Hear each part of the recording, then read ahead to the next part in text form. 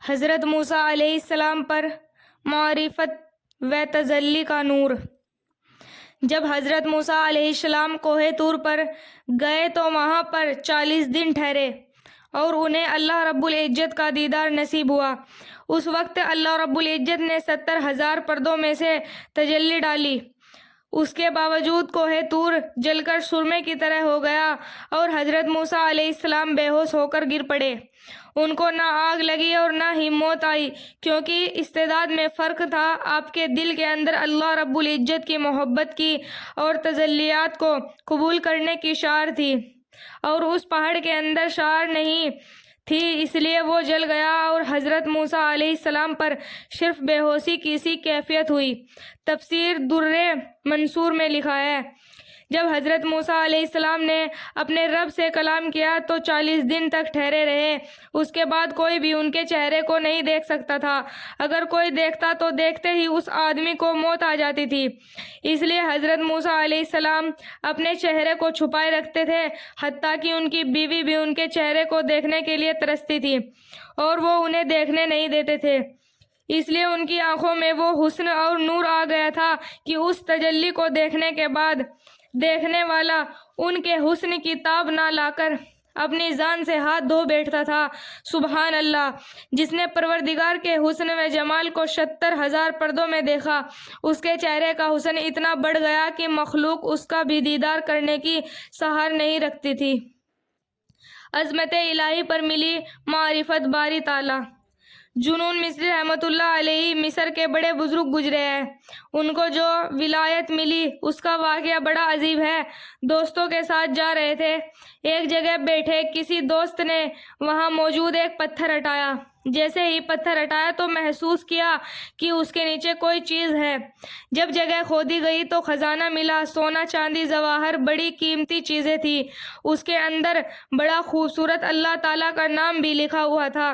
جب انہوں نے کہا کہ جیسے تقسیم کرے، انہوں نے کہا کہ میاں، سونا چاندی سب تم بانٹ لو اور یہ جو اللہ کا خوبصورت نام ہے یہ مجھے دے دو۔ لہٰذا انہوں نے اللہ تعالیٰ کے خوبصورت نام کو خود پسند کر لیا۔ ان کو خواب میں کسی بزرگ کی زیارت ہوئی اور اس بزرگ نے کہا کہ کیونکہ تم نے سونا چاندی کو قربان کر دیا تھا اور اللہ کے نام کو پسند کر لیا، لہٰذا اللہ تعالیٰ نے تمہیں اپنی ذات کے لیے پسند کر لیا۔ اٹھے تو ان کے دل میں اللہ کی محبت اتنی بھر چکی تھی کہ ان کو اللہ کی معرفت نصیب ہو گئی۔ اللہ کا نام پسند کرنے پر اللہ کی معرفت مل گئی، مقدر سے ملی۔ جس کو محبت کی فراوانی اس کے ہاتھ سے ہوتی ہے، روشن سمع ایمانی۔ خواجہ عزیز الحسن مجذوب رحمۃ اللہ علیہ اور معیت الہی۔ حضرت مولانا محمد شفیع صاحب رحمۃ اللہ علیہ فرماتے ہیں کہ ایک بار حضرت مولانا اشرف علی تھانوی رحمۃ اللہ علیہ کے بڑے خلیفہ خواجہ عزیز الحسن مجذوب رحمۃ اللہ علیہ اور ہم کچھ دوسرے خلیفہ اکٹھے بیٹھے ہوئے تھے۔ اس دوران میں خواجہ عزیز الحسن مجذوب رحمۃ اللہ علیہ نے انہیں کچھ مذاق کی باتیں سنانا شروع کر دی، یعنی خوش طبعی کی ایسی باتیں سنانا شروع کر دی کہ لوگوں نے ہنسنا شروع کر دیا۔ سچی باتیں بھی خوش طبعی والی ہو سکتی ہے۔ کبھی کبھی نبی علیہ الصلوۃ والسلام کی بھی صحابہ رضی اللہ تعالیٰ عنہ سے خوش مزاجی کی باتیں فرما لیتے تھے اور صحابہ کرام ایک دوسرے سے ہنسی مذاق فرما لیتے تھے۔ ضروری نہیں کہ جھوٹا لطیفہ سنا کر ہی خوش کرنا ہوتا ہے۔ اللہ والوں کے پاس ایسے علمی لطیفے ہوتے ہیں کہ بات بھی سچی کرتے ہیں اور دوسرے ہنس بھی رہے ہوتے ہیں۔ حضرت مفتی صاحب فرماتے ہیں کہ انہوں نے کچھ دیر ہمیں ایسی باتیں سنائی کہ ہم ہنس ہنس کر لوٹ پوٹ ہو گئے۔ ہم نے ان سے کہا اب تو پیٹ میں بل پڑنے لگے، اب آپ یہ باتیں نہ سنائیں۔ اس بات کے جواب میں انہوں نے فرمایا کہ تم میں سے کون ہے جو اس تمام ہنسی کے دوران ایک لمحہ بھی اللہ سے غافل نہیں ہوا؟ فرماتے ہیں کہ ایک عجیب سا سوال تھا کہ ہم حیران رہ گئے۔ پھر فرمانے لگے کہ میں تمہیں اتنی دیر سے ہنساتا رہا مگر اس دوران میں ایک لمحہ بھی اللہ سے غافل نہیں ہوا۔ جس انسان کو معیت الہی کی کیفیت حاصل ہو چکی ہوتی ہے وہ ایسی باتیں سن کر ہنس بھی رہا ہوتا ہے مگر ان کا اندرون اللہ تعالیٰ کے ساتھ جڑا ہوا ہوتا ہے۔ امام غزالی رحمۃ اللہ علیہ کی والدہ کا معرفت۔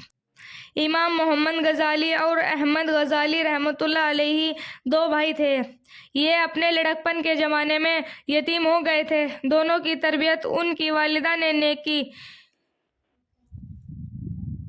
ان کے بارے میں ایک عجیب بات لکھی ہے کہ ماں ان کی والدہ اتنی تربیت کرنے والی تھی کہ وہ ان کو نیکی پر لائی، یہاں تک کہ عالم بن گئے، مگر دونوں بھائیوں کی طبیعتوں میں فرق تھا۔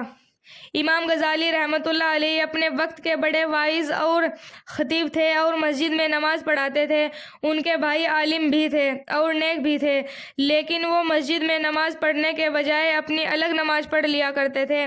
ایک دفعہ امام غزالی رحمۃ اللہ علیہ نے اپنی والدہ سے کہا، امی، لوگ مجھ پر اعتراض کرتے ہیں کہ تو اتنا بڑا خطیب اور واعظ بھی ہے اور مسجد کا امام بھی ہے، مگر تیرا بھائی تیرے پیچھے نماز نہیں پڑھتا۔ امی، آپ بھائی سے کہیے کہ وہ میرے پیچھے نماز پڑھا کرے۔ ماں نے بلا کر نصیحت کی۔